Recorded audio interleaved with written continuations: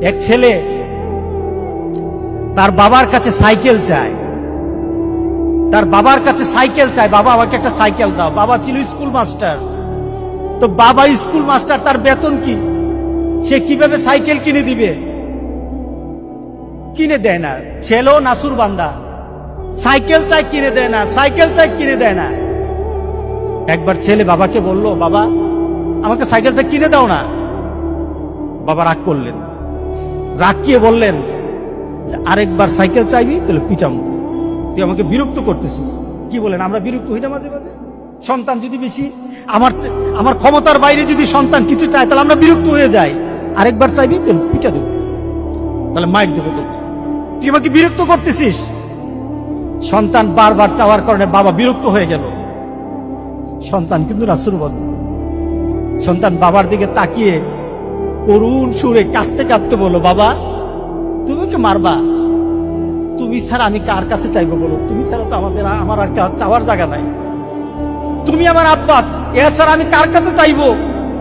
যাওয়ার ক্ষমতাও যদি তোমার থাকে তোমার কাছে চাইবো, না চাইলে তুইও তোমার কাছে চাইবো। আমি কার কাছে চাইবো বলো? তুমি আমাকে ফিরিয়ে দিবা, কিন্তু আমি ফিরিয়ে দিলে দিতে পারো, কিন্তু আমি কার কাছে চাইবো? আমার তো তুমি ছাড়া কেউই নাই। বাবার সাথে সাথে ছেলেটাকে বুকের মধ্যে আঁকড়িয়ে ধরলেন।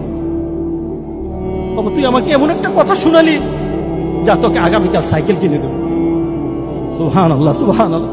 তার মানে কি, ছেলে তার বাবার হৃদয়ে টাচ করেছে। তার কথার মধ্যে আবেগ ছিল, ভালোবাসা ছিল, নিবেদন ছিল, যে বাবা তুমি না দিতে পারো, কিন্তু আমার তো তুমি ছাড়া কেউই নাই। তুমি না বল আমাকে ফিরিয়ে দিতে পারো, কিন্তু আমার চাওয়ার জায়গা তোমার ছাড়া আর তো কেউই নাই, আমি তোমার কাছেই তো চাইবো।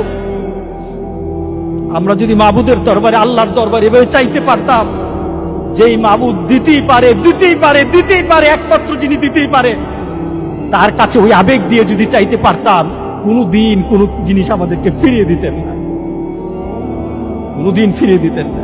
আমরা চাইতেই পারি না, আমরা ওইভাবে আল্লাহর দরবারে চাচ্ছি না। আমরা যদি চাইতে পারতাম, তাহলে পৃথিবীতে আমাদের এই তো বিপদ থাকতো না।